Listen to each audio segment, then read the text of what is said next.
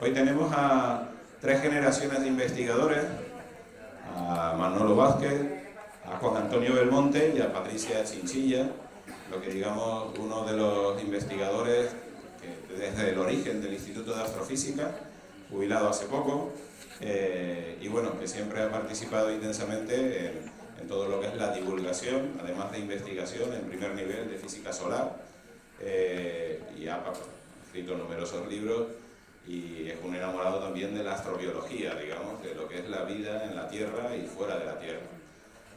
Por otro lado tenemos a Juan Antonio Belmonte, profesor de la Universidad de La Laguna, trabaja también en distintas áreas, desde lo que es la sismología, astrosismología, búsqueda de estrellas binarias en el Sol y sobre todo pues es uno de los mejores arqueastrónomos que existen en el planeta, digamos que es uno del puñado de los pocos que hay. Y bueno, siempre cuando tenemos charlas en el instituto, ellos dos son quienes llenan la sala y bueno, podemos hablar de agujeros negros, materia oscura, exoplanetas y bueno, van 4 o 5. Cuando van ellos se sienta la gente en las escaleras y están escuchándolos por todos lados, así que también ha sido director del Museo de la Ciencia y del Cosmos, así que son personas volcadas con la divulgación científica. Y por último, pues Patricia Chinchilla es una doctorando, está haciendo su formación, su doctorado en exoplanetas, ¿no? También buscando, trabajando en ese tema en particular ahora, ha trabajado también como operadora de telescopios en los observatorios y bueno, ya está arrancando y está, bueno, yo creo que es súper ilusionada también con lo que es nuestro trabajo, que lo principal es la pasión que tenemos que ponerle a la astrofísica. Vamos a tratar el tema de la vida en el universo y bueno, yo creo que podemos empezar con una pequeña introducción, ustedes van contando un poco lo que creen sobre la vida en el universo y bueno, si en el debate hay alguna interrupción ya intento introducir alguna pregunta y dejaremos un cachito al final para que el público también pueda participar con sus cuestiones. ¿Quién arranca? Manolo, por ejemplo. Por la cuestión de la edad y las canas y todas estas cosas, me han dicho que empiece yo. Entonces, primero, buenos días a todos los participantes en este curso y aparte de nostalgias que me puede traer esto y este curso en concreto, pues lo primero que podríamos decir es que no hay, tenemos que partir de un hecho, los científicos siempre tenemos que partir de hechos, de observaciones, de experimentos, de que no hay ninguna evidencia que haya vida fuera de la Tierra. O sea, este es el primer hecho hasta el día de hoy. O sea, no sé lo que pasará mañana. Entonces, quizás sea instructivo pues, tratar de ver cuáles son los principios filosóficos en que se ha basado la idea de que es muy probable de que pueda existir vida fuera de la Tierra. Y estas hipótesis, estos principios filosóficos, que podríamos llamar así, pues tienen que contrastarse en el tiempo, cuando sea, con observaciones y repito, o experimentos de laboratorio. Lo primero es, quizás hablando de hechos observacionales, pues no podemos empezar a hablar quizás de nada, o sea, sobre todo tener en cuenta que tenemos poco tiempo, sino del principio de mediocridad. El principio de mediocridad es el principio que vamos a establecer 4 principios básicos. El principio de mediocridad nos dice que la Tierra no tiene nada especial con respecto a otros objetos similares en el universo, otros planetas similares. Esto se basó, sin duda, en la teoría de Copérnico, que luego quedó claramente, digamos, comprobada, sobre todo cuando se comprobó, por ejemplo, que Júpiter era otro centro que tenía alrededor planetas, y nos pasamos varios siglos en que todos los científicos pensaban que todos los objetos del sistema solar estaban habitados, incluido el Sol. En el siglo XIX, pues científicos de primera fila pensaban que el Sol estaba habitado, por supuesto Saturno, la Luna, en fin. Y estamos hablando del siglo XIX, bien entrado, ¿no? Bien, eso es algo que hoy en día, bueno, hay opiniones para todos los gustos. Habrá que confrontarlo hasta qué punto la Tierra tiene algo de especial o no. Con respecto a la vida, siempre estamos hablando con la vida de forma. Luego, también tuvimos que esperar quizás ahí al siglo XIX para comprobar el segundo principio, que es el principio de la uniformidad, que todos los procesos físicos y químicos que tienen lugar en la Tierra son representativos a nivel del universo. El concepto de universo ha ido cambiando a lo largo del tiempo y sobre todo el tamaño del universo, pero quizás el primer gran paso fue dado por Newton con la ley de la gravedad, y se comprobó que la misma gravedad que explicaba el movimiento de la Tierra alrededor del Sol funcionaba para explicar luego, pasado en el siglo XX, cómo funcionaban unas galaxias con respecto a otras, en fin. Entonces tenemos que... Y luego, junto a ello, tenemos la determinación de los elementos químicos. Esto también tuvimos que esperar hasta el siglo XIX, y hoy en día sabemos que la vida está hecha de los elementos más abundantes en el universo. Esto es un paso que nos hace ser optimistas, ¿no? Si la vida estuviese basada en el antimonio y en el bismuto, pues la verdad sería un poco complicado esperar. El tercer principio es quizás uno de los que más he utilizado, es el llamado principio de plenitud, y que tiene mucho que ver con el origen de la vida. Vamos a lo largo de los siglos, poco a poco, sobre todo a raíz de la invención del microscopio, se empezó a ver que la vida se había originado mediante un proceso físico-químico, más o menos desconocido, pero que era una consecuencia de una evolución natural. Repito que esto hoy en día, por supuesto, puede tener sus críticas, pero que por lo tanto sí tenemos que unas condiciones mínimas, de las cuales no tenemos ahora tiempo para hablar en mucho detalle, o mis compañeros lo harán después, pues si tenemos un número suficiente de tierras, un número n grande, al fin y al cabo ahí se pueden poner miles de millones o se pueden poner 10, depende de que uno le parezca, y si tenemos mucho tiempo, pues todo el tiempo del universo, en fin, pues eso acabará por ocurrir, ese origen de la vida. Otro problema es que a partir del origen de la vida, ¿cómo se da el salto a una vida compleja, a una vida inteligente, etcétera? Eso es otro problema. Sí, estoy tratando de hacer un esquema rápido que espero que si alguien no lo entiende, pues me repregunta y a lo mejor llegamos a la conclusión que ninguno nos enteramos, pero bueno. Luego hay un cuarto principio que lo introdujo mi recordado Carl Sagan, que también, en este caso, es el llamado principio de utilidad. Es lo que mucha gente, cuando nos hace una entrevista, le dice, pero bueno, si no hay vida en el universo, con el universo lo grande que es, 13.500 millones de años, es así de grande y todo eso, entonces, ¿para qué vale? Bueno, se puede entender, pero ahí ya entramos dentro de un principio filosófico que cada uno puede tratar de defender, que es en el sentido de que porque las cosas tienen que ser útiles, o sea, nosotros somos útiles para algo, a escala cósmica. Pues yo tengo 72 años y la verdad, en fin, no tengo ninguna impresión de que tenga que ser útil para alguien, salvo para mis hijos a lo mejor.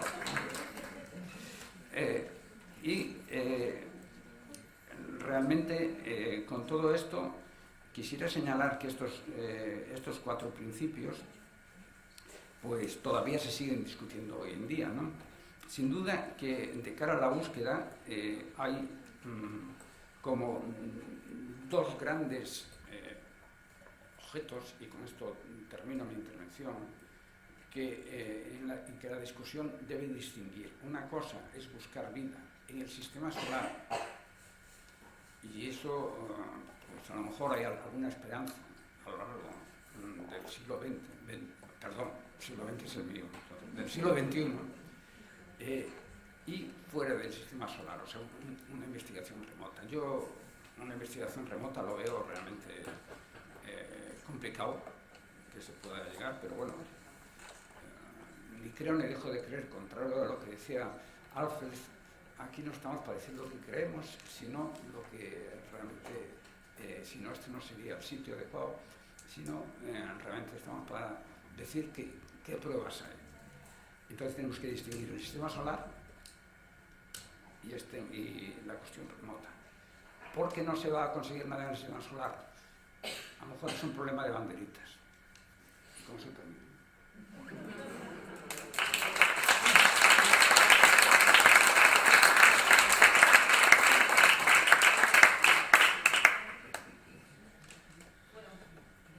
Hola, sí.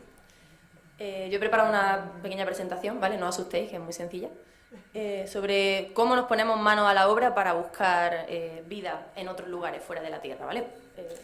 ¿Por dónde empezamos a buscar? ¿Esto funciona? Sí. Vale. ¿Dónde podemos encontrar vida? Pues como ha dicho nuestro compañero, el único lugar en todo el universo donde sabemos que existe vida es el planeta Tierra, con lo cual, pues lo primero, lo más sencillo es pensar que el primer sitio donde busquemos, si esto funciona, ¿dónde tengo que apuntar? Ah, vale. El primer sitio donde buscar es otros planetas, ¿no? Buscar planetas similares a la Tierra. Pero hay otros lugares donde podemos también buscar vida. Por ejemplo,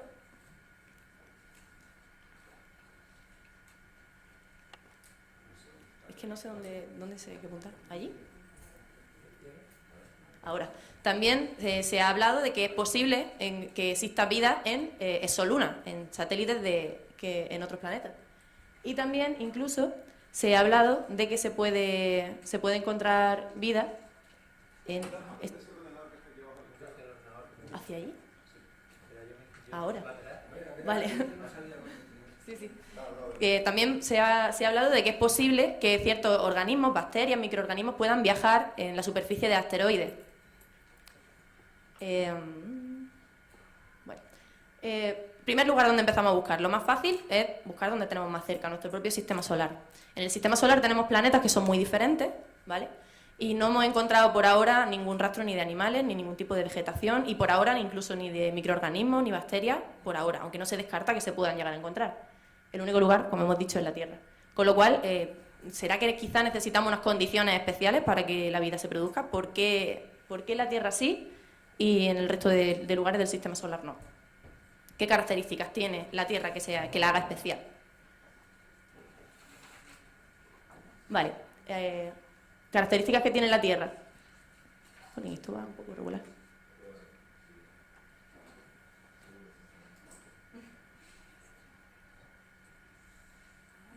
Pues creo que no.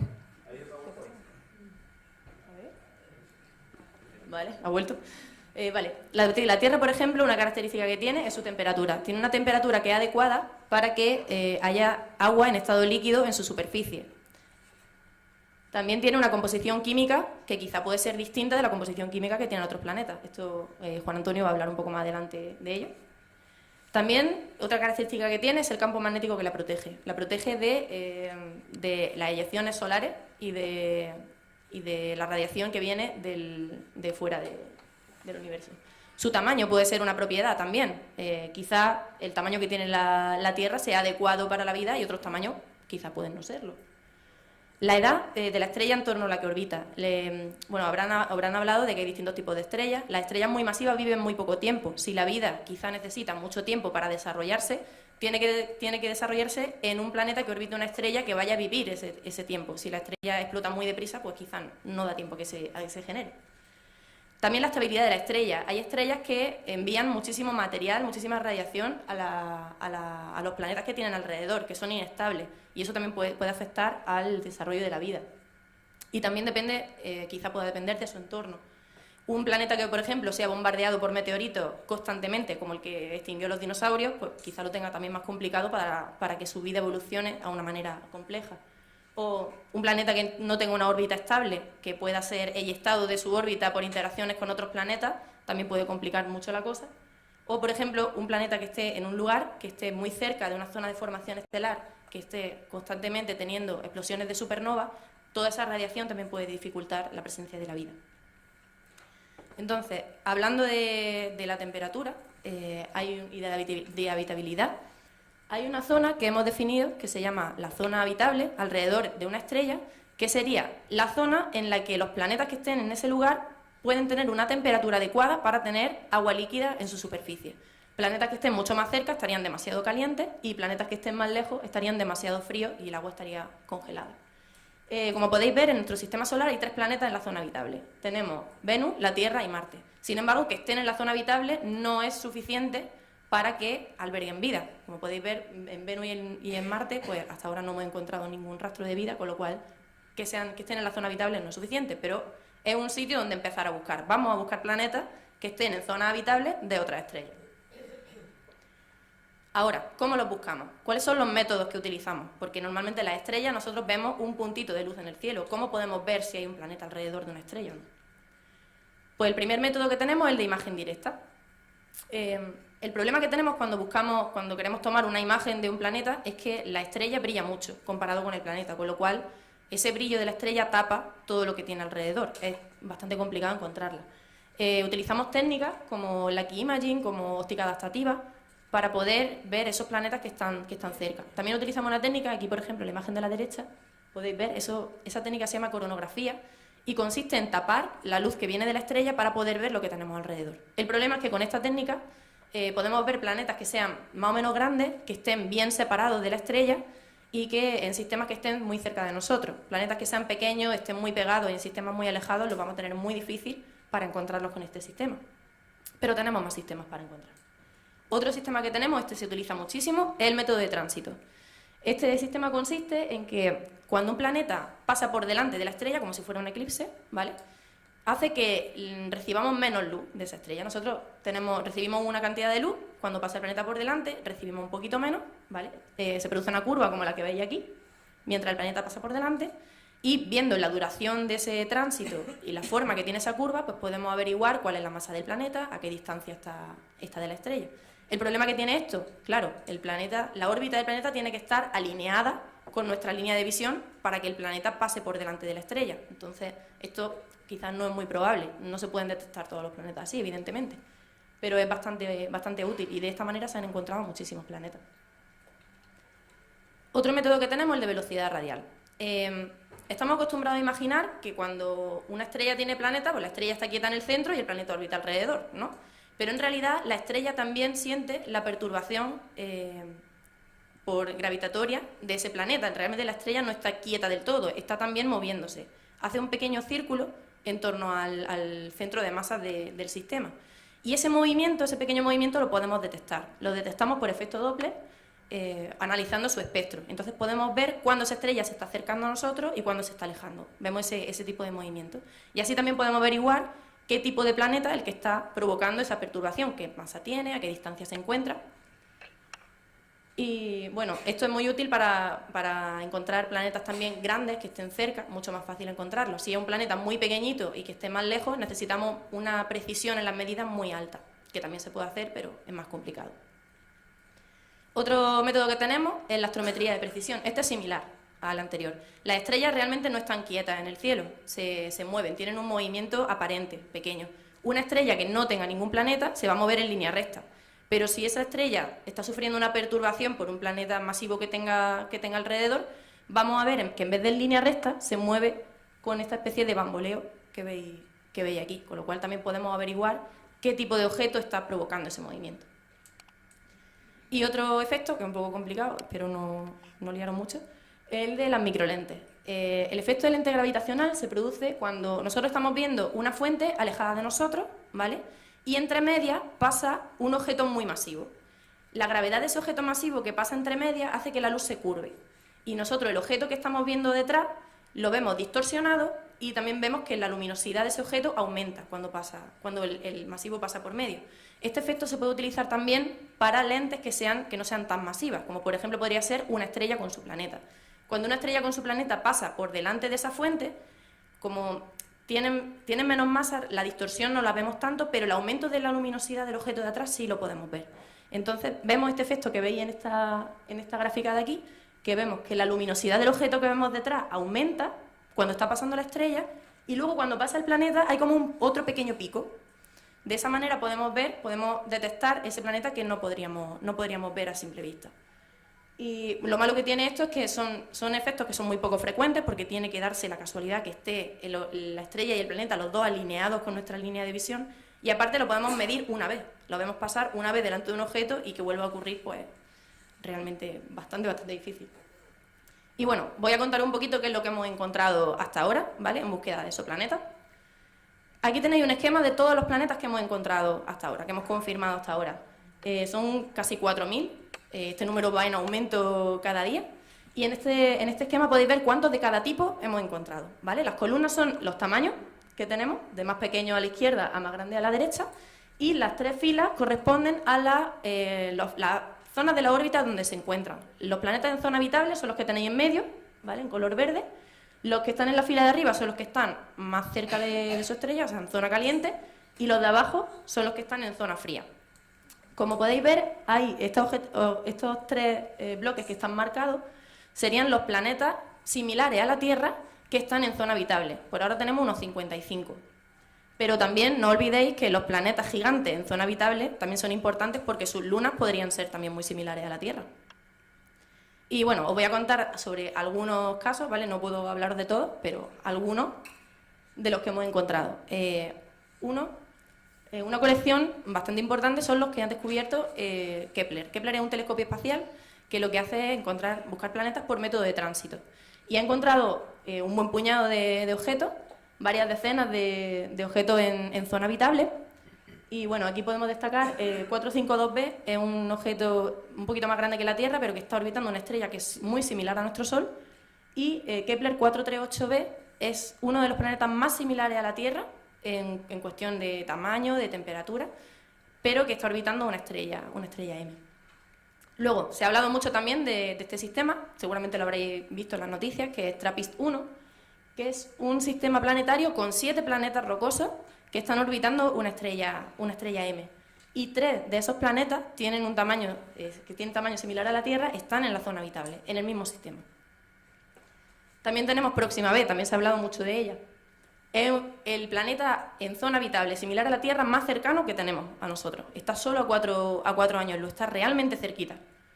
Tiene de 1 a 3 masas terrestres, más o menos. Está en una órbita de 11 días alrededor de una estrella M y está en la zona habitable, como hemos dicho. Lo malo que tiene es que Próxima Centauri es una estrella muy activa. Esta estrella está mandando emisiones de material constantemente al exterior. O sea, este planeta probablemente está siendo bombardeado constantemente por este tipo de radiación, con lo cual pues, lo hace un poquito más problemático. Y otro ejemplo que tenemos es Ross 128b, también está muy cerca, unos 11 años luz. Tiene como 1,5 veces la masa de la Tierra aproximadamente. Está en una órbita de 10 días, también en torno a una estrella M.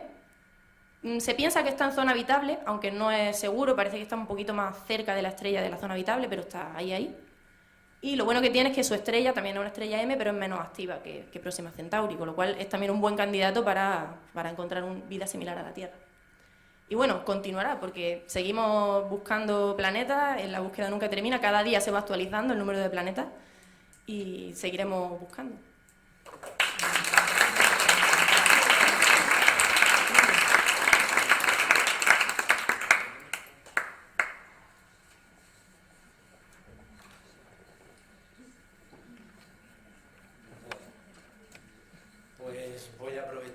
Que Manolo me ha dado los principios filosóficos, lo que resulta extremadamente interesante, y que Patricia ha dicho qué planetas conocemos, cuáles hemos encontrado hasta ahora, y yo ahora les voy a contar cómo podemos saber si en esos planetas hay vida. Es decir, ya hemos detectado un planeta aparentemente idéntico a la Tierra, ¿cómo podemos saber si en ese planeta hay vida?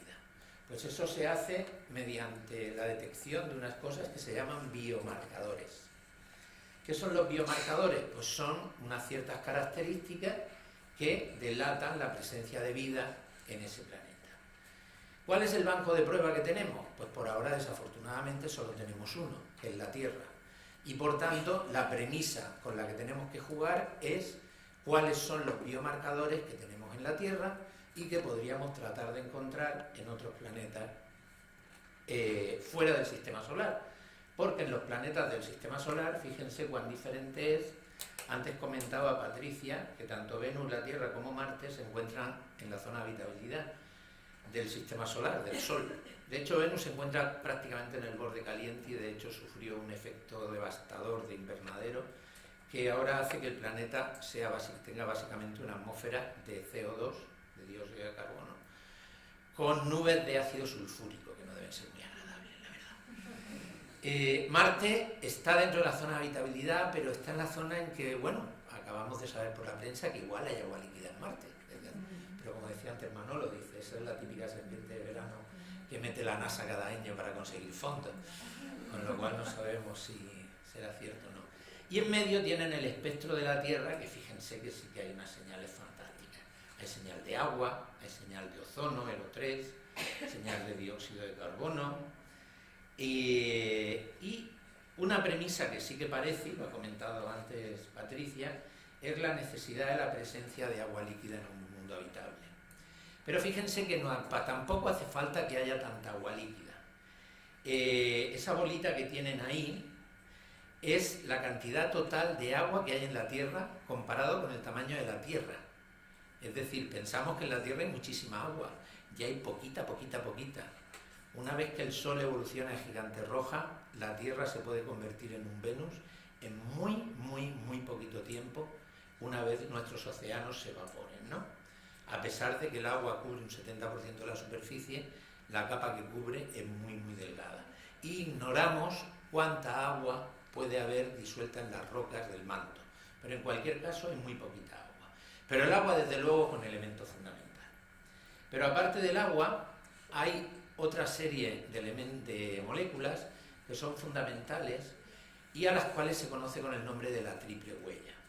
En el espectro del infrarrojo cercano de la Tierra hay la señal de tres moléculas muy importantes. Uno es el dióxido de carbono, que al contrario de lo que dicen por ahí no es un veneno, es un gas que están todos ustedes respirando ahora mismo y exhalando todo el rato, y está completamente asociado a la vida. El metano, el elemento de molécula orgánica más sencillo que se conoce, y el ozono, el oxígeno 3, asociado a la presencia de oxígeno, ¿no? Pues bien, en una atmósfera de un planeta donde no hay vida, esos tres elementos no pueden coexistir. Es decir, se autoliquidarían entre sí. Por eso se les conoce con el nombre de la triple huella de la vida. Porque si en un planeta somos capaces de obtener su espectro con telescopios superpotentes y encontrar que su espectro incluye la huella de estas tres moléculas, podemos asegurar casi con seguridad que en ese planeta hay vida. Otra cosa es qué forma de vida es, pero desde luego es una vida que por lo menos está produciendo oxígeno. El oxígeno de la Tierra lo creó la vida, no estaba originalmente sobre él. Es decir, será una evidencia cercana de la existencia de vida. Fíjense que en la escala de vida de la Tierra ha habido diversas formas evolucionadas de vida, pero si lo reducimos a las 12 horas de la manecilla de un reloj, la vida aparecería más o menos en la primera hora. Fíjense que el oxígeno no surge prácticamente hasta las 2:15. Es decir, hasta las 2:15 no hubo bichitos capaces de generar oxígeno y llenar la atmósfera de oxígeno. La era de las plantas, que es donde estamos ahora mismo, ¿no? Ocurriría a las 4 más o menos. Y, de hecho, va a durar relativamente poco. Solo va a durar aproximadamente unos 5 minutos de esa hora de vida de la Tierra. Fíjense que en la hora octava los océanos se perderán en el espacio y por tanto la Tierra volverá a ser estéril durante un periodo muy largo de tiempo. Y fíjense que en todo ese periodo los humanos solo hemos existido durante 4 segundos. Decía Manolo al principio, ¿hasta qué punto somos útiles? O sea, nos creemos el ombligo del mundo y hemos estado 4 segundos de 12 horas de la vida de la Tierra en su superficie. Y ya si nos ponemos en comunicaciones, es decir, la capacidad de comunicarnos con otras culturas, esto se limita a 0,4 milisegundos, para que se hagan una idea. Es decir, la mayor parte del tiempo la Tierra ha estado absolutamente muda. ¿Cómo podemos detectar si hay vida en otras fases a lo largo de la vida de la Tierra? La triple huella existe en la actualidad, pero ¿qué ocurrió en el pasado? Fíjense, por ejemplo, en el Proterozoico, antes de que existiera vida compleja, pero cuando ya se generaba oxígeno, el metano era mucho más abundante y por tanto podríamos ver si detectáramos la triple huella en un planeta, pero la triple huella en la cual el metano fuera mucho más abundante, de alguna manera podríamos estar afirmando que está en una fase temprana de la vida. Y más temprana todavía si no hay oxígeno. De hecho, fíjense, este sería el espectro de la Tierra en el arcaico, en una época en la que había unos bichitos que se llamaban metanógenos, capaces de generar metano, pero todavía no había partículas, todavía no había seres vivos capaces de generar oxígeno. Tendríamos un problema si encontramos metano y dióxido de carbono, de hecho, para saber si hay vida o no, porque ambos elementos pueden coexistir en la atmósfera de un planeta. De hecho, ocurre en algunos satélites del sistema solar. Y con respecto, y si hablamos de la vida compleja, ¿hay alguna forma de detectar vida compleja? Y con vida compleja no me refiero a nosotros, me refiero a cualquier tipo de vida más allá de la microbiana. Pues sí hay alguna forma de detectar. Esto que tienen aquí es un modelo de un espectro en el infrarrojo cercano y en el rojo lejano, de cómo se vería la Tierra desde el espacio según que observáramos diferentes regiones del planeta. Si observáramos las capas altas de la atmósfera con cirros, no veríamos absolutamente nada en la línea gris. Si observáramos un desierto, pues bien, encontraríamos agua, algo de oxígeno, pero pocas cosas más. Verdaderamente el océano, fíjense que también es bastante anodino, casi plano, pero fíjense un bosque de coníferas, ¿no? Un bosque de pinos, a lo bestia, la taiga siberiana, por ejemplo. Fíjense, la señal verde tiene una serie de picos y valles muy sugerentes, y hay un pico que es especialmente chulo, que se le llama el red edge, es decir, el borde rojo. Ese borde rojo que ven ahí está asociado a la presencia de clorofila. Es decir, si fuéramos capaces de detectar un planeta en que su espectro en esta longitud de onda tuviera un borde rojo, podríamos afirmar que en ese planeta hay plantitas. Si hay plantitas, es probable que haya animalitos que se las coman, y si hay animalitos, puede haber carnívoros como nosotros que se coman esos animalitos, y a lo mejor hasta son inteligentes, pero eso ya sería otra cuestión. Ahí podríamos entrar en el debate de qué es ser inteligente, ¿sí?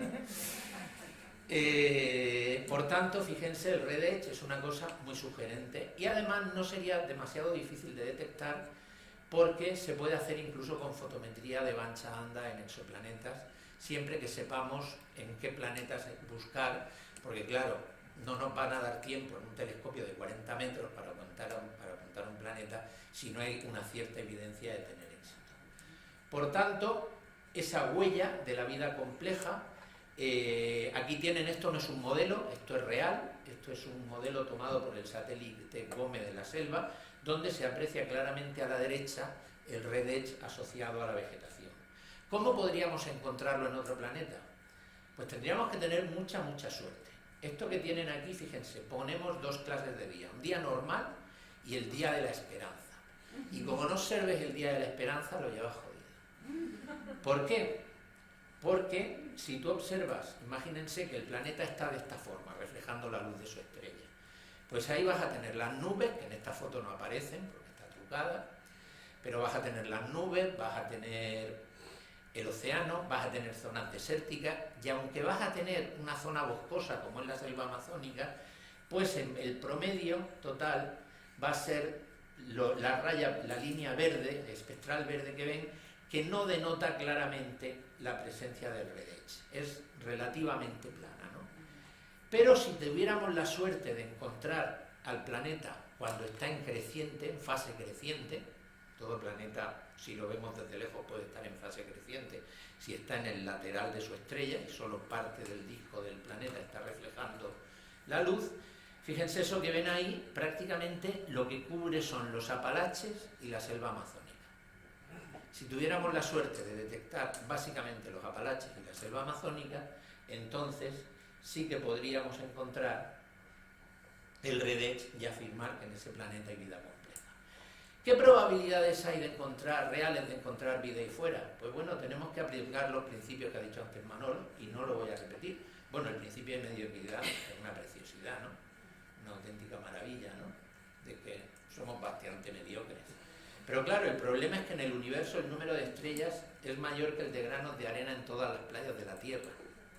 Imagínense el concepto. Solo traten de concebirlo. Imagínense toda la arena del desierto del Sáhara, los granos de esa arena.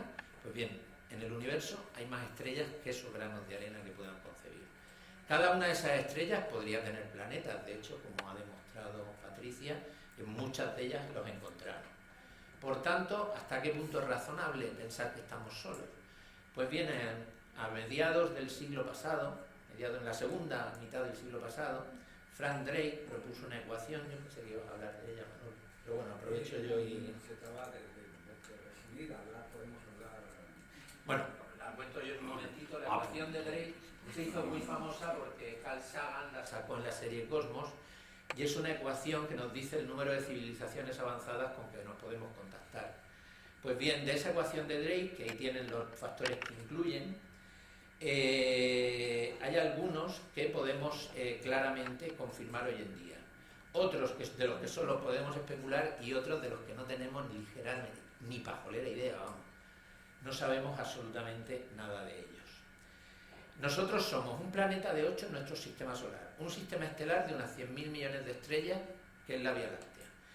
Y la Vía Láctea es una galaxia entre 100.000 millones de estrellas que se observan en el universo. ¿Cuáles son las expectativas para la generación presente? Es decir, para Patricia, cuando acabe su tesis doctoral y se convierte en una investigadora insigne de detectar vida. Manolo y yo me parece que ya no vamos a estar. Ah, bueno, eso también. Sí, es verdad que si llegamos a eso.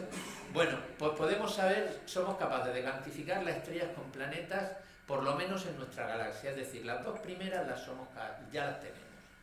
Luego también estamos cuantificando ahora mismito, por lo que hemos visto, el número de planetas similares a la Tierra.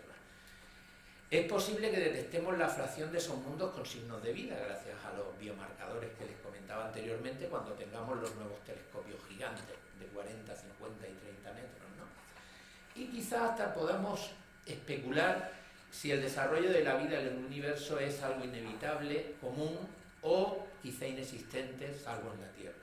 Otra cuestión ya es la vida inteligente, ese cerebrito que tienen ahí, la vida tecnológica y la capacidad de una civilización de destruirse a sí misma. Curioso porque Francis Drake incorporó este factor porque él vivió en plena Guerra Fría. Yo nací en esa época y muchos de ustedes, algunos de ustedes, no muchos, perdón, solo algunos, nacieron en esa época y saben del riesgo el acojono que teníamos, ¿no?, con la famosa guerra nuclear y el invierno nuclear. Hoy en día aparentemente ese riesgo se ha disipado. Yo no la tendría toda conmigo, con Putin y con Trump, pero en fin, el caso es que en su momento él lo incorporó, porque claro, el problema de esta ecuación es la paradoja de Fermi. La paradoja de Fermi nos dice que si hay vida en el universo inteligente, ¿por qué no la hemos encontrado? Es decir, si hay tanta la probabilidad. Claro, aquí la pregunta básica que nos teníamos que hacer, una de las hipótesis para responder a la paradoja de Fermi es que las civilizaciones se autodestruyen antes de ser capaces de viajar a las estrellas, ¿no? Y el último argumento que ya les quiero dar y quiero terminar con eso es que a lo mejor no nos interesa que nos descubran, porque cada vez que ha habido dos civilizaciones en contacto, a la menos evolucionada ha leído bastante chungo. Con lo cual, pues es posible que, aunque detectemos biomarcadores, vamos a seguir jugando, detectando la vida, pero si alguna vez vemos un planeta inteligente, hay una película que por lo demás es regular, pero bueno, pero el argumento inicial es muy chula, que se llama Battleship, no sé si la han visto. Y es que encuentran un planeta similar a la Tierra en la zona de habitabilidad y deciden enviar una señal. Reciben en ese planeta la señal y lo que nos mandan es una flota entera a robarnos el agua de la Tierra, porque la necesitan, ¿no? Y bueno, y el argumento luego ya se imaginan, los americanos salvan al mundo, etc. Pero, en fin, como ven, estamos en condiciones de detectar la vida, pero, como hemos repetido los tres, por ahora todavía no la hemos encontrado. Y esto es todo por ahora, y ahora la palabra es de ustedes para preguntar.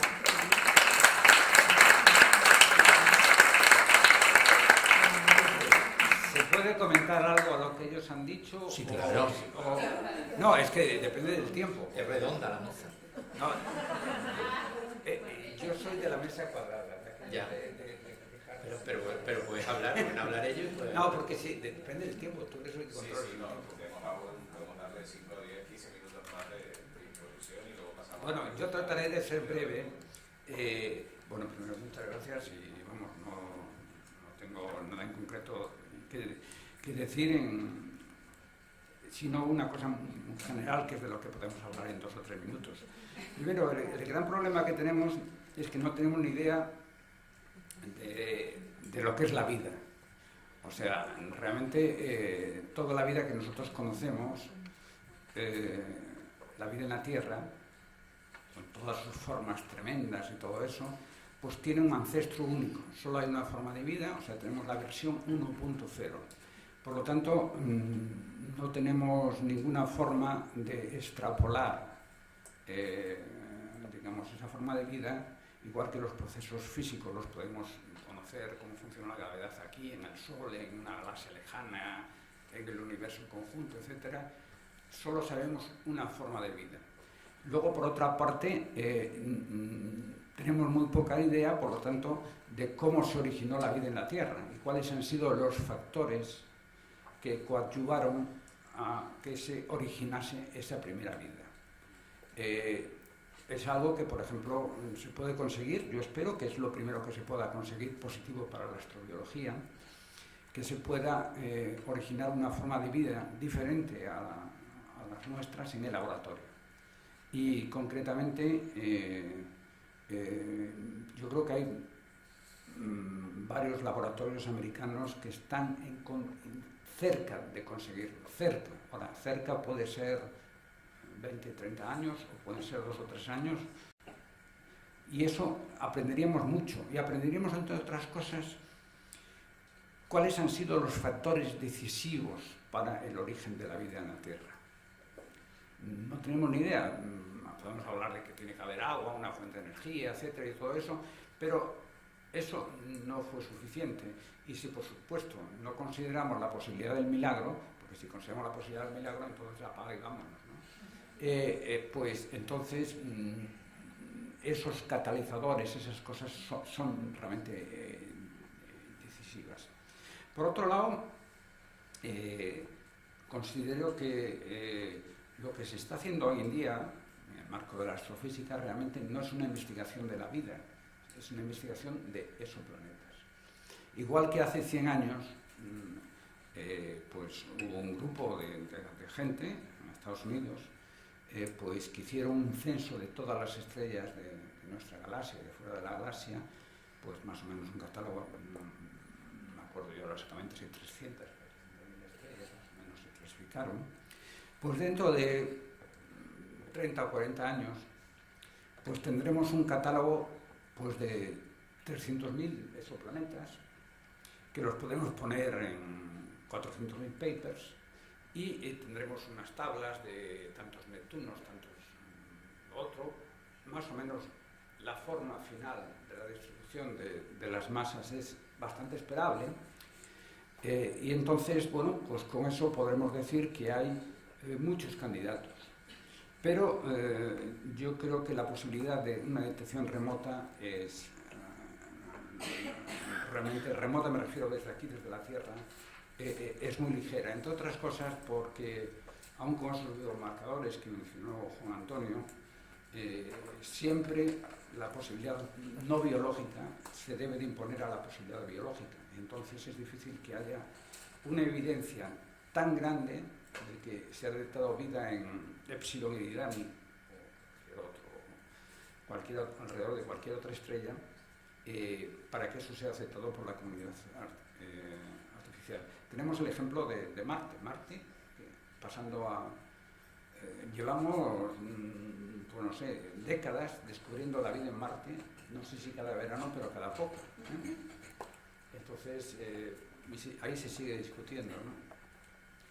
Y el sistema solar sí que yo tengo alguna esperanza de que se pueda encontrar al menos alguna forma de vida si se hace de forma conjunta. Por eso antes hablaba de lo de las banderitas. Mientras sigamos cada uno tirando por nuestro lado, pues yo creo que... Y lo que se está haciendo en Marte, solo ha habido un experimento que ha buscado vida, y fue en el año 76. Entonces lo que se hace es, la máxima de la NASA, follow the water. Bueno, pues sigamos el agua, y hay agua, vale, si todos estamos de acuerdo que hubo agua. Pero eso no implica que exista vida. Y si no sabemos lo que es la vida, pues difícilmente podemos saber cuáles son los biomarcadores, ni podemos estudiar nada, ni nada.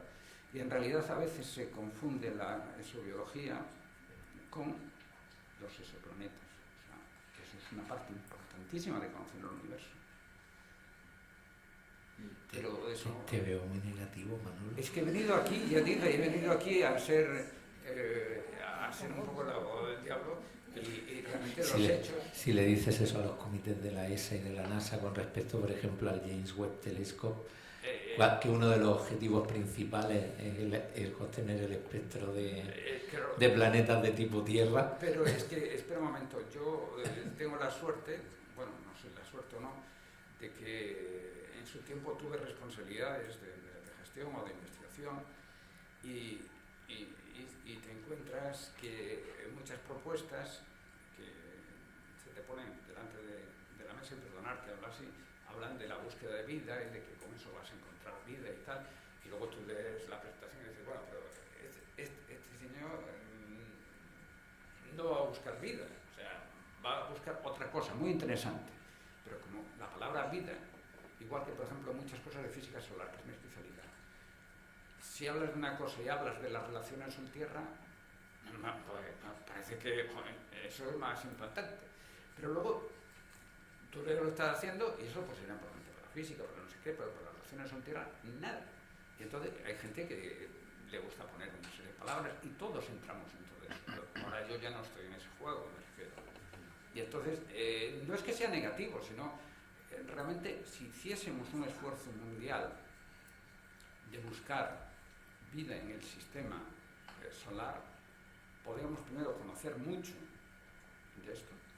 Y luego, por otro lado, quisiera decir la última cosa, a vosotros que sois maestros. La astrobiología es un elemento esencial que si no existiese habría que inventarlo. Es una forma, con la excusa de la vida, de enseñar el universo, cómo funciona, cómo ha sido su evolución química, cómo se han ido formando las galaxias, cómo se han ido formando las estrellas, los planetas, etc. Cómo los elementos químicos desde el hidrógeno, etc., se han ido combinando para formar moléculas orgánicas y cómo eso en un planeta dio lugar a la vida. Es un elemento didáctico que yo no sé a los niños de 5 años. Los niños de 5 años por lo que querrán es salir al recreo, pero a partir de una cierta edad. Sí, a los de 12.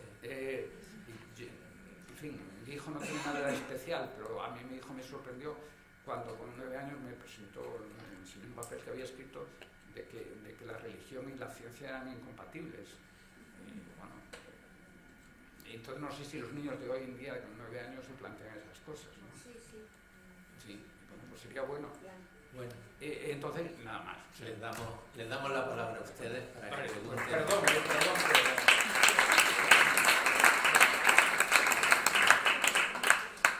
Oye, que todo esto no estoy criticando muchísimo menos. No, lo has arreglado, al final lo has arreglado. Por supuesto, y desde el punto de vista didáctico es la mejor forma de mantener a los niños sentados allí, y además que es un elemento didáctico formidable. Yo tengo una pregunta a relación de esto último que ha dicho usted. ¿Se me oye, no? A colación de esto último que ha dicho usted, yo tengo una duda que me planea desde hace mucho tiempo y desde que he empezado el curso aún más, que es, ¿tiene cabida la figura de Dios en todos sus planteamientos? Y si la respuesta es afirmativa, me gustaría saber cómo se lo imaginan. ¿Me lo preguntan a mí? No, en general. En general,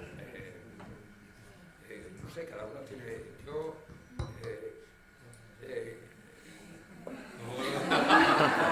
no tengo ningún inconveniente en decirlo.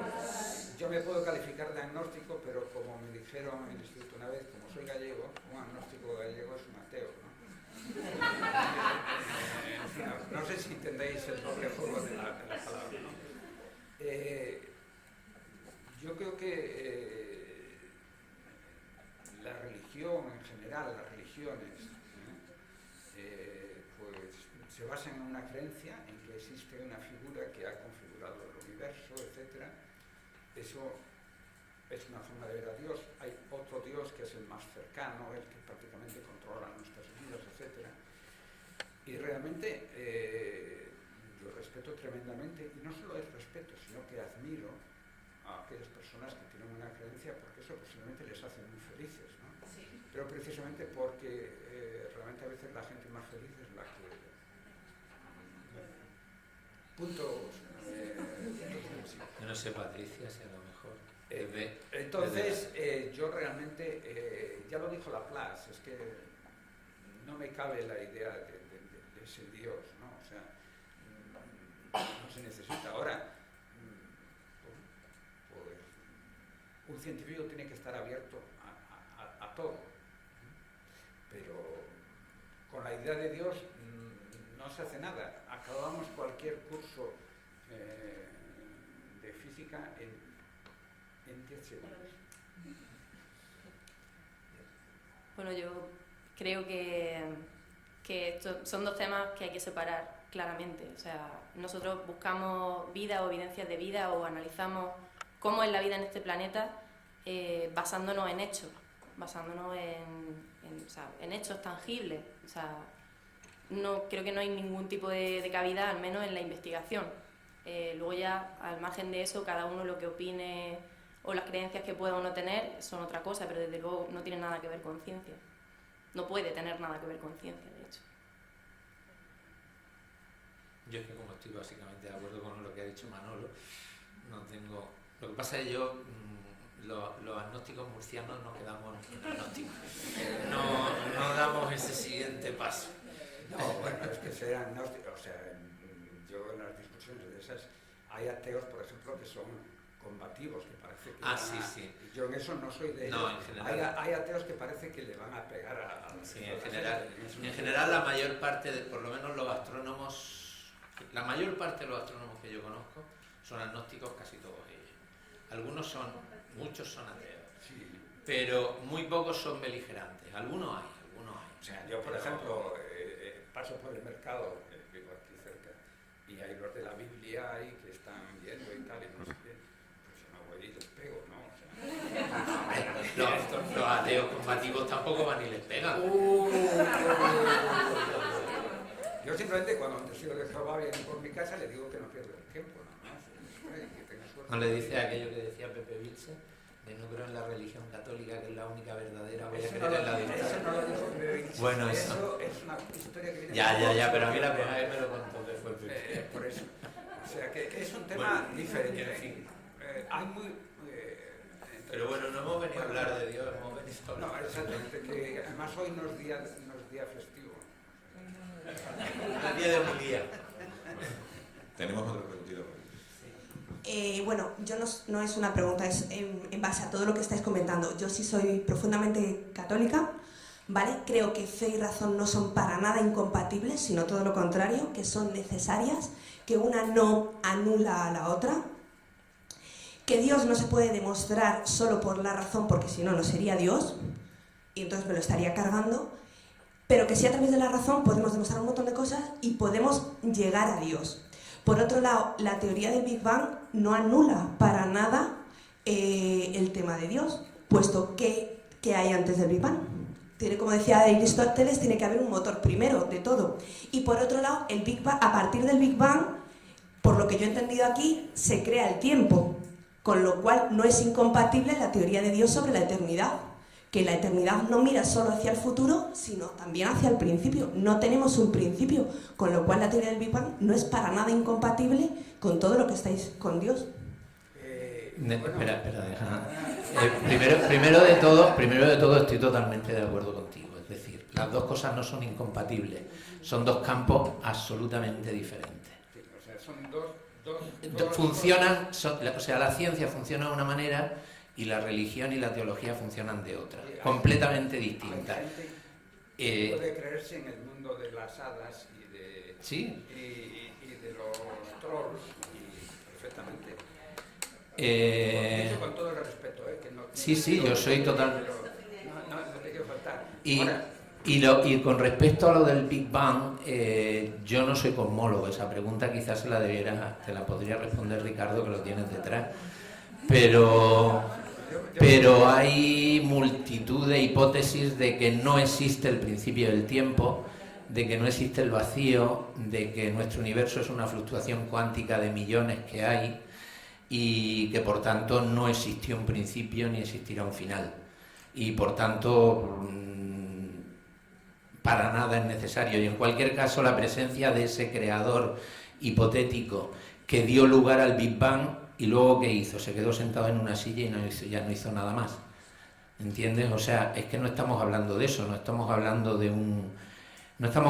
del dios de los masones, es decir, el primum mobile ese que creó el universo y a partir de entonces el universo. No, las religiones postulan otras cosas, ¿entiendes? Postulan una serie de cuestiones que quedan absolutamente al margen de la ciencia. Porque son dos cosas distintas, es que no tiene nada que ver una cosa con la otra. A mí, bueno, creo que vamos a hablar de la vida en el universo porque estamos yéndonos por temas. Sí, nos estamos yendo por... Yo simplemente hay una pregunta. Oye, ¿qué había antes de Dios? ¿Qué había antes de Dios? Pero por eso digo que no se puede mostrar la existencia de Dios porque algo tiene que ser lo primero que es superior a... ¿Por qué? ¿Por qué? Es que no, eso lo tienes que... No, porque No, porque la física cuántica demuestra lo contrario. A mí me gustaría decir algo, si puede ser. Sí. No le voy a rebatir, por Vale. supuesto que me está diciendo al que nos vamos de tema, yo creo que sí se puede ampliar y entonces me gustaría poder hablarlo contigo a nivel personal para no involucrar a todos los demás. Ya, pero bueno, me refiero que yo tengo poca capacidad de misionero, No, pero por no absorber la conversación. Yo solo quería decir que a mí me pone muy nerviosa este tipo de cosas, la verdad, pero creo que tenemos que tener muy claro lo que es la ciencia y para lo que sirve la ciencia. La ciencia es como una herramienta, es como un martillo. Tú no crees en tu martillo, tú usas tu martillo. La ciencia tiene sus métodos para averiguar las cosas. Tomamos datos, analizamos comportamientos de la naturaleza, de los fenómenos físicos y los utilizamos para hacer predicciones basadas en esos datos. O sea, utilizamos nuestro método para conseguir un fin. Es tan simple como eso. O sea... Me ha gustado lo del martillo. Lo voy Sí, a o sea...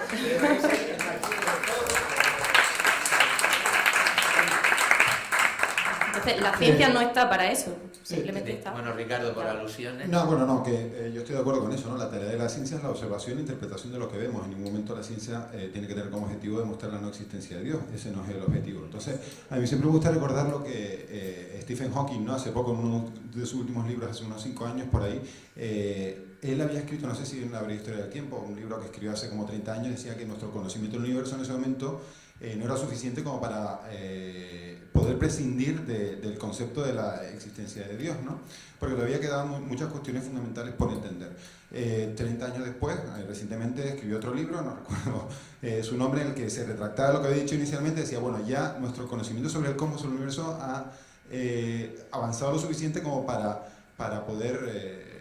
ya no necesitamos, ¿no?, postular la existencia de Dios para entender algunas cuestiones fundamentales. Quizá todavía no estamos en ese estado, ¿no? Efectivamente, la cosmología, la física, la ciencia en general, no da respuesta a algunas cuestiones fundamentales, y una de esas es el origen del universo, cómo se creó el espacio y el tiempo, pero creo que eso no es suficiente para que nos paremos y digamos, bueno, esto se explica postulando la existencia de Dios. Y creo que firmemente que hace 500 años no nos podíamos imaginar que llegáramos a tener el conocimiento, el entendimiento de cómo funciona el universo actual. Probablemente ahora mismo nos sea difícil imaginar que el hombre sea capaz de dar respuesta, que la ciencia sea capaz de dar respuesta a estas cuestiones, pero probablemente yo creo firmemente que la humanidad en algún momento será capaz de explicar este tipo de cosas, cómo surgió el espacio y el tiempo. Bueno, por aquí alguna pregunta más de lo de astrobiología, por favor. Sí, teníamos por aquí una primera. Sí.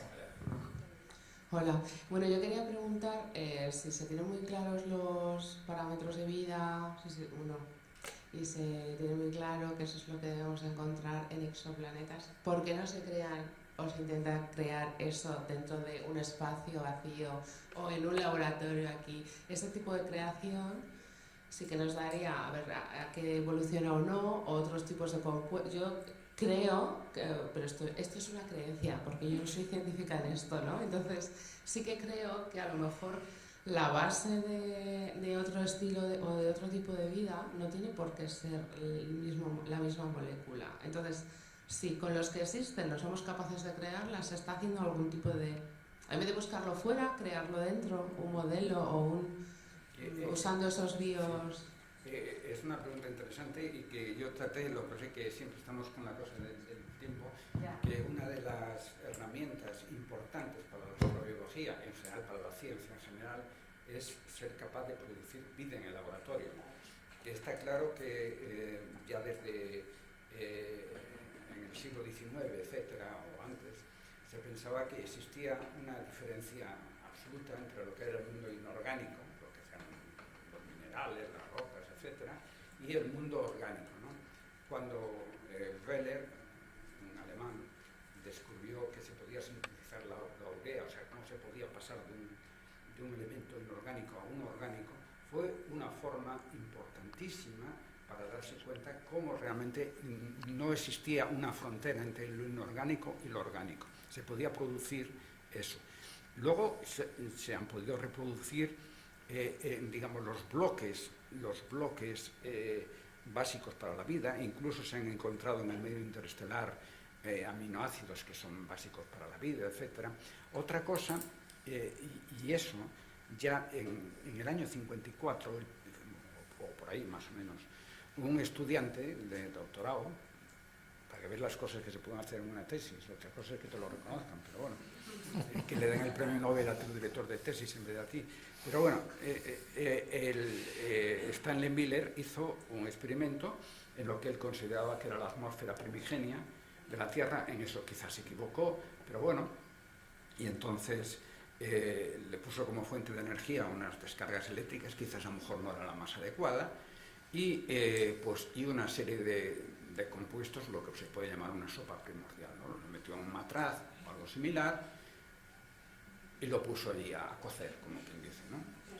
Y entonces, pues al cabo de unos días, pues encontró que aquellos compuestos orgánicos se habían desarrollado, etc.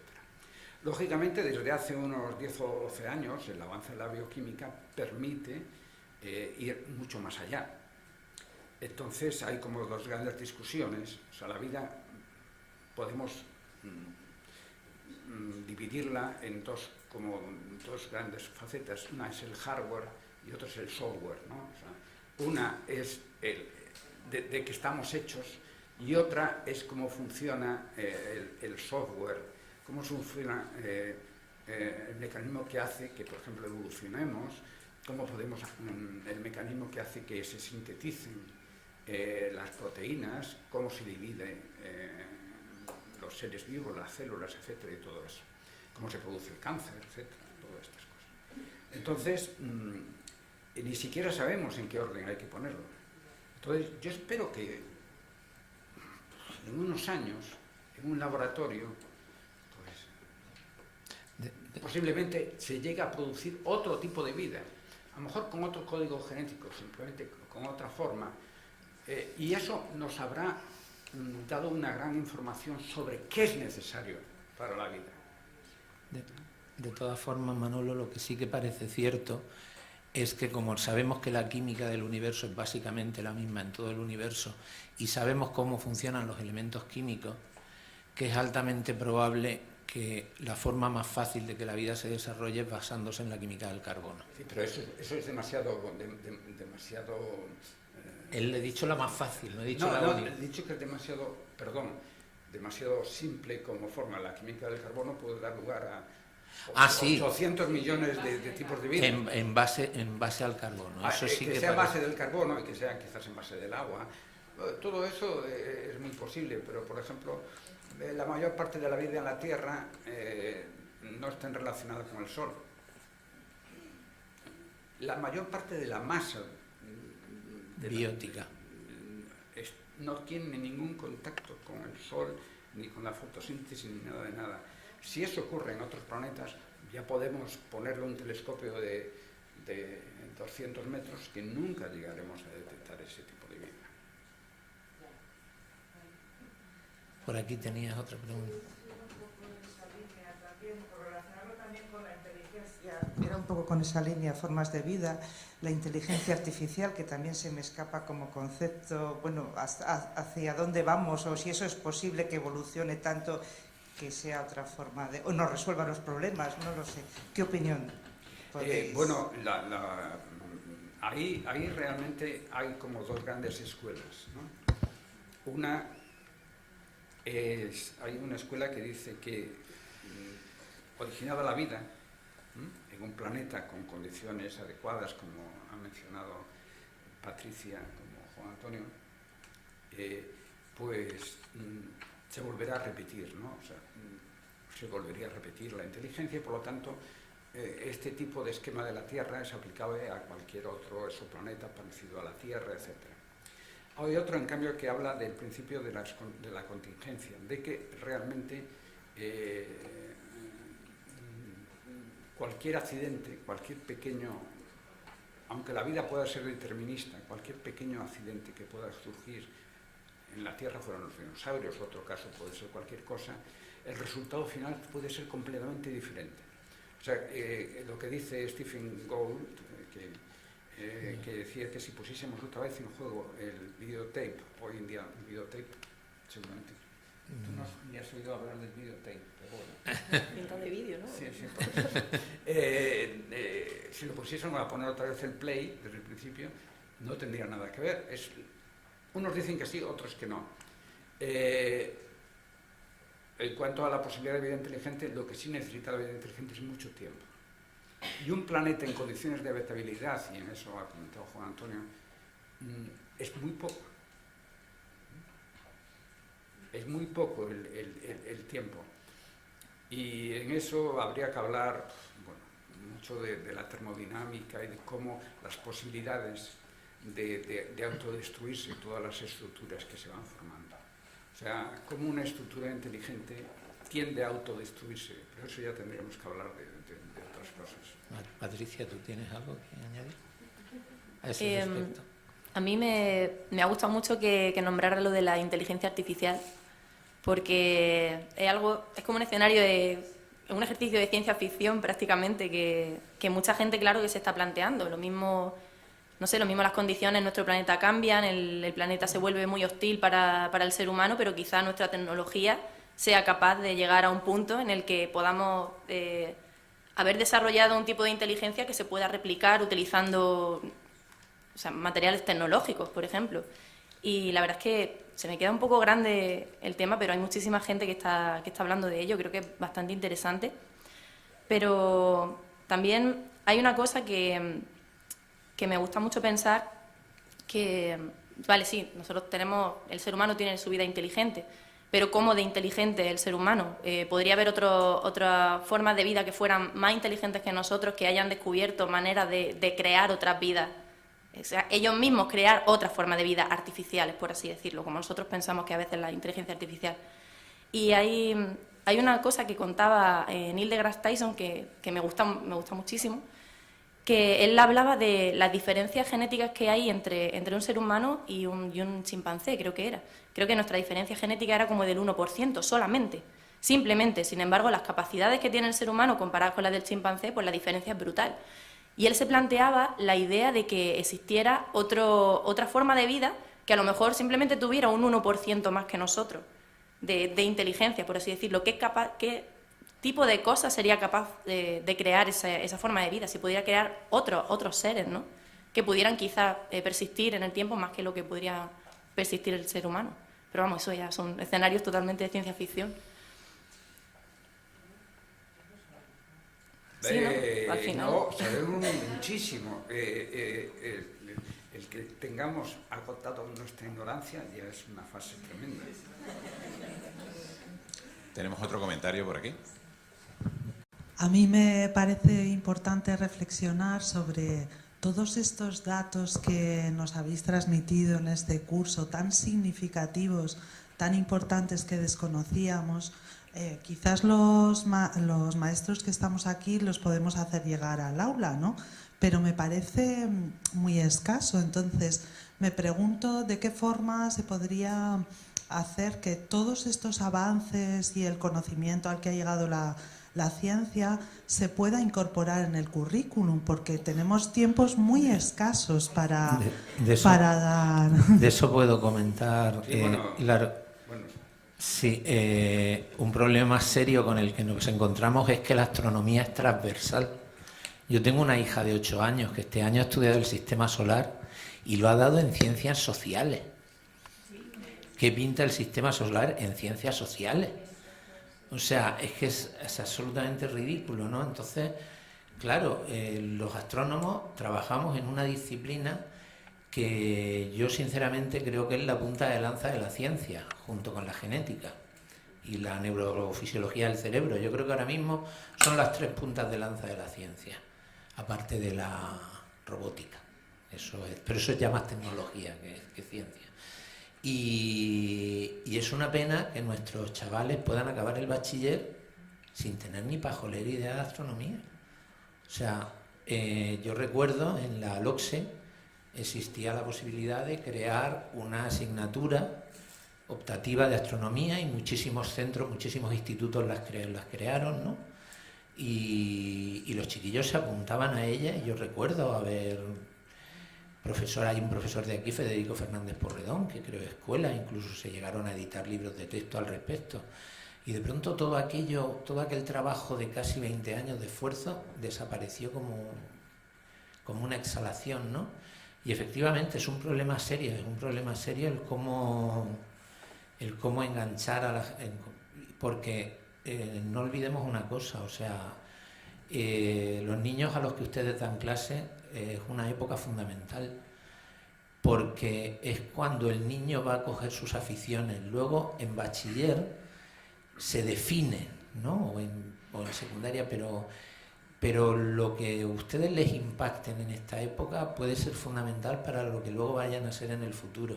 Si ustedes crean niños que odien las ciencias, odiarán las ciencias el resto de su vida, no las redescubrirán después. Si ustedes les hacen que odien las matemáticas, odiarán las matemáticas el resto de su vida, y las matemáticas son la base de la ciencia, no lo olvidemos. Sin matemáticas no hay ciencia de ningún tipo. Entonces es una época fundamental. No sé cuál es la receta. No sé si alguna vez nuestros dichosos políticos se pondrán de acuerdo para hacer una ley de educación que consiga que este país genere buenos científicos. No somos más tontos que los británicos, ni que los holandeses, ni que los norteamericanos. No lo somos en absoluto. Simplemente creo que nuestro sistema educativo no es el adecuado para potenciar eso. En fin, ya veis que no me quedo callado, pero bueno, me refiero...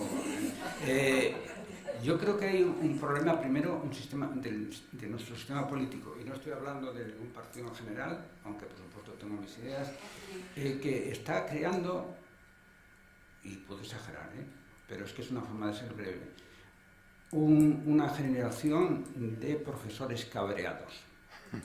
Y cabreados, disgustados, o como queréis llamarlo. Y si un profesor,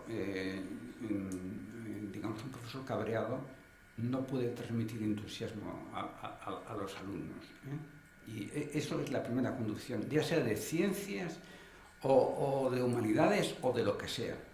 En cuanto de ciencias, si suponemos que hay un profesor que no está cabreado o lo que sea, o está realmente entusiasmado, yo lo que le diría es que tan pronto como el alumno tenga capacidad de entender algo, lo primero que le intentaría enseñar es cómo medir las cosas. O sea, una cosa tan sencilla como, por ejemplo, hoy en día se puede hacer incluso pues, cosas relacionadas a la meteorología, de medir la temperatura, de ver cómo cambia de un día a otro, o cosas incluso más simples como medir algo y luego ver cómo eso se interpreta, etc. incluso en Internet hay muchos experimentos de este tipo. O sea, el problema de la medida, por ejemplo, cómo se mide y cómo se interpretan las medidas. Y entonces es una forma que puede llevar a los alumnos a un primer interés por la ciencia y por las matemáticas, que las matemáticas realmente vean que no solo son los conjuntos o yo qué sé, el álgebra o cosas, bueno, no sé cómo se explica hoy en día en las matemáticas, la verdad, pero en fin, o cosas más abstractas, sino que lo vean, que hagan medidas de lo que sea. Eso te puedo contar. Yo tengo una niña en tercero, que acaba de terminar tercero, y con las matemáticas, lo único que realmente le engancha este año fue cuando le dieron un semicírculo graduado y 2 reglas, una escuadra y un cartabón, y la pusieron a medir. Claro, es que fue lo que más le gustó. Fue algo que es le curioso. lleva a uno al interés, y eso debiera de ser fundamental, y para eso no hace falta una gran formación por parte del profesor, hace falta interés. Lo que pasa es que como eso encaja dentro del currículum de la LOCSE y de no sé qué, o de la... No, ahora es la... Bueno, yo qué sé cómo se llama. Si no te preocupes, porque es algo que los maestros tenemos muy presente y además forma parte de nuestra formación, que es que el aprendizaje que realizan los alumnos sea significativo, es decir, que le encuentren un sentido, una práctica y tenga relación con lo que viven cada día, ¿no? Entonces eso nosotros lo tenemos, creo, bueno, no sé todo, pero lo tenemos muy presente, ¿no? Y el llegar a motivarles por eso, ¿no? Pero bueno, sobre todo eso, cómo incorporar en el currículum, pues, esto es. Bueno, yo quería dar mi opinión respecto a esto del currículum y todo eso. Entonces, a mí me parece que en infantil y primaria, concretamente, o incluso en la etapa obligatoria de la educación secundaria, pues hay 2 problemas fundamentales. Uno, la falta de financiación suficiente para que todo pueda ser más operativo, los profesores podamos trabajar mejor, con más medios, con menos alumnos por aula y los podamos atender, además en su diversidad, suficientemente. Bueno, es un problema de dinero, el dinero está en todo y pues yo creo que no es falta de dinero, es falta de que se emplee el dinero en lo que se tiene que emplear. Y por otro lado, con respecto a las ciencias, yo creo que hay una idea extendida que todo esto, por ejemplo, que estamos dando aquí, que yo el otro día pues comentaba también con compañeros, y nos parece que, pero es que esto para los niños, es que esto, claro, ya para bachiller, ¿no? Y de hecho este curso antes se orientaba solamente a secundaria, a bachillerato. No, estamos muy equivocados. Los niños desde infantil comprenden una cantidad de conceptos y de cosas que si sabemos hacerlas significativas, manipulativas, vivenciales, lo entienden a la perfección. Yo comentaba que llevo varios años trabajando en un programa del CSIC que se llama el CSIC en la escuela. Entonces hay varias comunidades autónomas, muchas de los que estamos aquí, que tienen convenios y cada año hacen cursos de formación para el profesorado, porque también creo que la formación inicial del profesorado en ciencias es deficiente. Y entonces te forman de manera que desde infantil tú estás aplicando esos conocimientos. Yo llevo varios años trabajando con ellos y yo he tenido niños de segundo, es decir, de 7, 8, 9, los que tuve el año pasado de cuarto, 9 y 10 años, y son niños que te hablan de los átomos, te hablan de los saltos de una capa a otra de los electrones y cómo se producen los fotones, porque lo estamos dando y lo hacemos, y hacemos un átomo y han trabajado la tabla periódica de elementos. Y es posible, y lo entienden perfectísimamente y lo trabajan.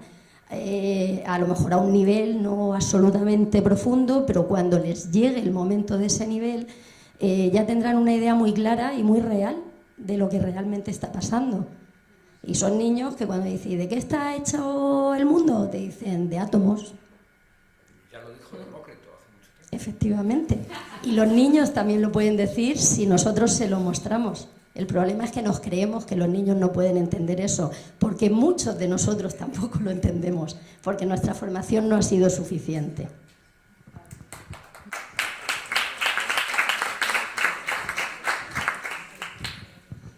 tenemos que ir cerrando.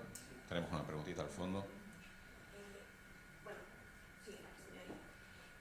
Yo creo que aquí hay dos problemas. Uno es el tema político, como es siempre, que va cortando los currículos, porque me ha hecho gracia que nombraran la teoría de conjuntos, que a mí me parece fundamental. Yo soy del Guggenheim Cole, la teoría de conjuntos desapareció hace siglos de los currículos. Ah, bueno, yo estoy hablando... No, pero que era una y dices, jolín, algo que es tan básico, ¿por qué no han quitado del currículum, no? Pensaba que se seguía explicando. Por eso te digo que nada, cero.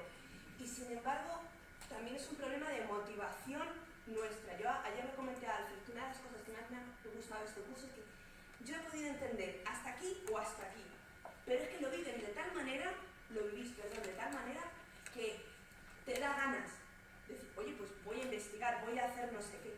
Pero hoy en día la ciencia no se transmite, o sea, todo tiene que ser para algo. Si fuera para algo, vosotros no estabais aquí.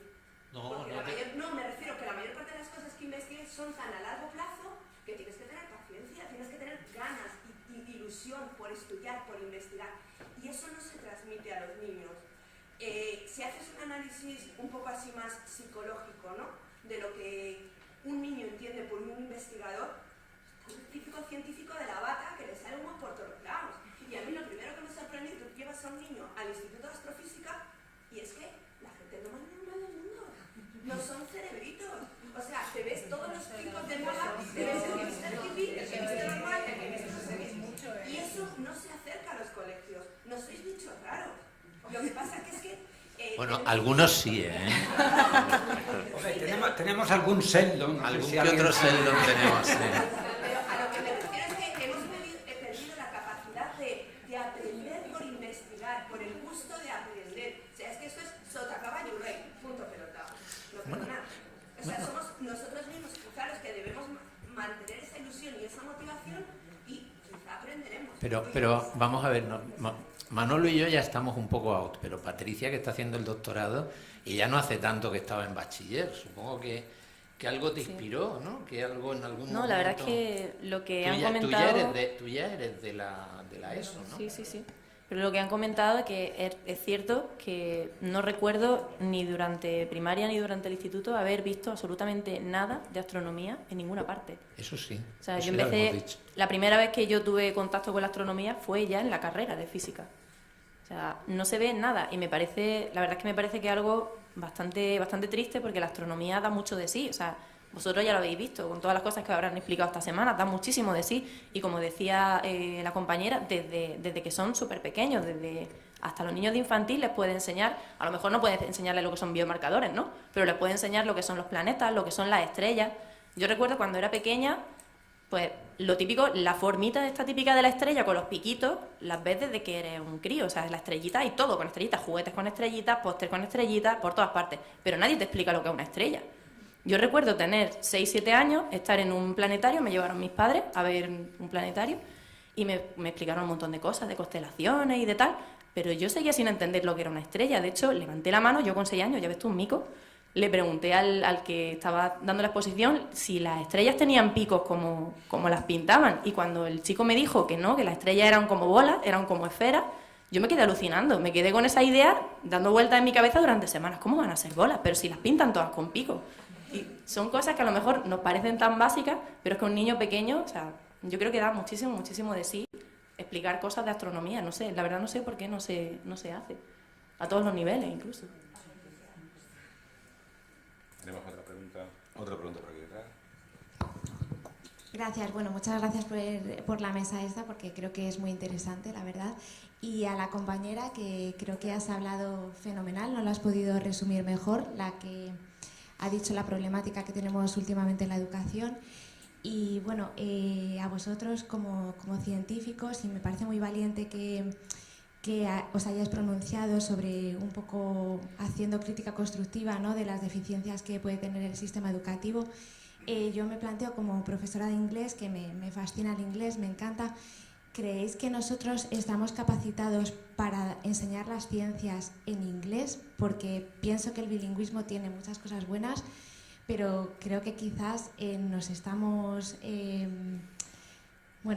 dejando de lado un poco pues las ciencias, que son tan importantes, y no sé qué opinión tenéis vosotros. Yo creo que el inglés hoy en día es esencial, y algo se habrá mejorado, ¿no? O sea, yo soy de una generación que solo no será posible estudiar la lengua del imperio porque nos decían que si ya hablabas español era suficiente, ¿no? Yo fue en el ambiente en que me eduqué y estudiaba francés porque, bueno, era una cosa secundaria y eso que fui a los jesuitas, ¿no?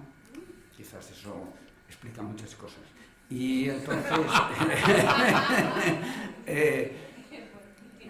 por supuesto que la enseñanza pueda ser bilingüe. El problema es que cuando los idiomas se utilizan como elementos arrojadizos, ¿no? De tipo político. Y entonces ahí sí que ya no tenemos nada que hacer. Una cosa yo... La ciencia es como cuando hablé antes de las banderitas y de todas estas cosas. No, mi hermano, por ejemplo, ha sido profesor de medias durante muchos años en Madrid y él daba clases en un bachillerato bilingüe. Él daba física y química en francés. Y para él una cosa era prioritaria. Era mucho más importante que aprendieran los conceptos de ciencia que no el idioma. Es decir, si en algún momento determinado el idioma se interponía en que entendieran bien los conceptos de la ciencia, él automáticamente cambiaba al castellano, ¿eh? Porque no se trata de explicar... es fundamental, el inglés es el idioma de la ciencia, o sea... seguro que hoy, bueno, Manolo no lo sé porque está más relajado ya ahora, pero seguro que Patricia y yo esta mañana hemos usado el inglés, seguro, en correos electrónicos o leyendo un paper o nos hemos metido en algún paquete de reducción de datos. Esta mañana Patricia y yo hemos usado el inglés varias veces, seguro. Con lo cual, por supuesto que sería importantísimo dar clases de ciencia en inglés, pero es más importante que entiendan los conceptos de la ciencia. Con lo cual, el equilibrio supongo que debe ser difícil. Hay que tratar de conseguirlo. Es lo mismo que la informática. Hay gente que entiende que enseñar ciencias es que haya 800 ordenadores en la clase.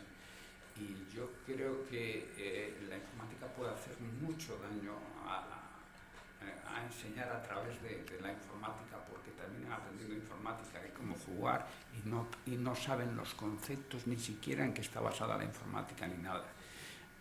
Eso tengo la impresión, no soy ningún experto, mis hijos ya tienen cerca de 40 años y no tengo nietos, o sea que no tengo una experiencia, pero me da la sensación de que hay gente que confunde la ciencia en la escuela con comprarles 1000 ordenadores. Sí, pero eso es otro problema. Eso es otro problema. Bueno, claro, entre otras cosas, pues a lo mejor comprando 1000 ordenadores se quedan con el 10%. Pero bueno, sí. Ya no entro dentro de eso. Yo creo que debemos ir cerrando ya. Bueno, si tenemos alguna última pregunta, algún último comentario. ¿No? Pues bueno, sí.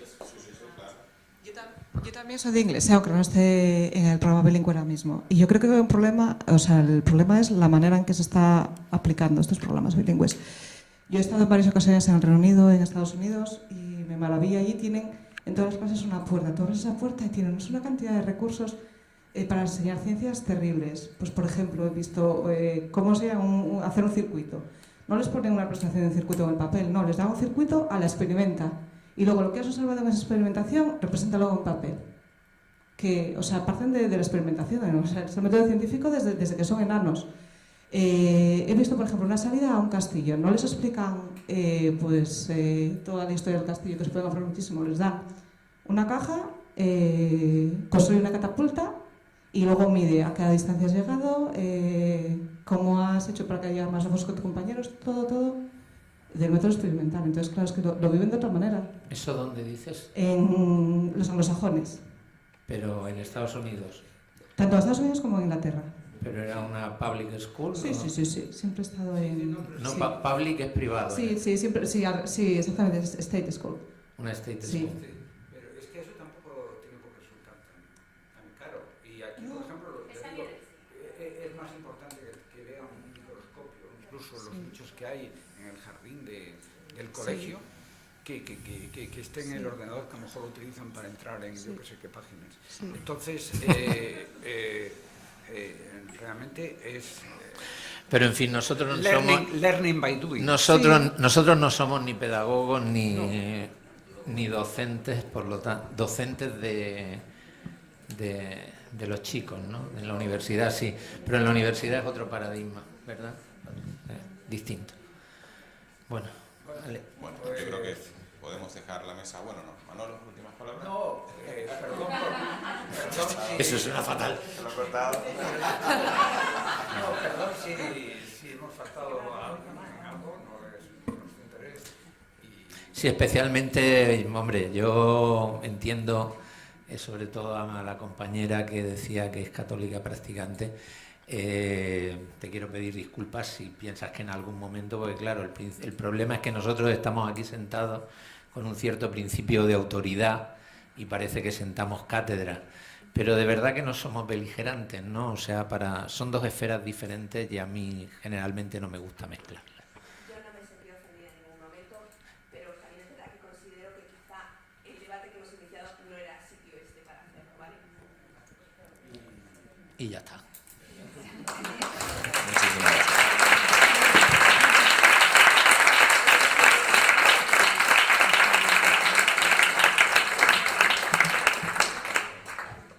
Bueno, vamos a proceder a cerrar el curso. ¿Quieres que nos sentemos? Sí. Bueno, darle las gracias a todos por el interés en este curso, en haber participado. Espero que las clases teóricas no hayan sido demasiado duras. Con que se hayan llevado una o dos ideas de cada una, ya son 30 ideas que se están llevando para casa. También que les hayan sido útiles los talleres y las actividades que les hemos propuesto, la observación a simple vista del cielo, con telescopios pequeños, profesionales, la visita al museo, a la sede central, ver cómo funciona una sede profesional de investigación. Pues bueno, todo ello espero que les haya enriquecido. Esto es un curso de formación de profesores, no de material para los niños. Esa parte es la que les vamos a pedir ahora. Hay una segunda fase de este curso, que es la fase en red, en la que a través de la red, bueno, la idea es que ahora ustedes adecúen algo del conocimiento que han adquirido hacia sus alumnos, ¿no? Y preparen 2 o 3 hojitas de un taller que les vaya a servir para contar algo a sus alumnos. Y la propuesta es que en un principio me la envíen a mí, yo les haré las correcciones si hay algún error de tipo astronómico, porque evidentemente de carácter didáctico no tengo casi ni idea, y luego la idea es compartir todas estas tareas de manera que vamos a tener un manual con 50 talleres útiles a distintos niveles que podremos intercambiar entre nosotros y todos colaborar y compartir. Así que un poco esa va a ser la propuesta. Ahora descansen, estamos ya de vacaciones. En septiembre arrancará la parte en red y tendremos hasta diciembre para elaborar esto. Y también les iré añadiendo información que crea pueda ser útil y les propongo también participar en el experimento de Eratóstenes, que es el que haremos allá por mitad de noviembre, en el que me echará una mano Osvaldo, y entre todos pues haremos unas medidas durante una semana y nosotros haremos las cuentas y les entregaremos de nuevo cuánto ha salido pues el radio de la Tierra, cuánto ha cambiado y todas esas cosas, ¿no? Con el tiempo. ¿Sí? Todo esto va a través de la plataforma, sí. Tal vez tienes algo más que indicarles. Yo proponía, perdona, para completar, que una vez que creamos este banco de herramientas y aplicarlo y tal, ¿qué tal estaría venir el año que viene y explicar la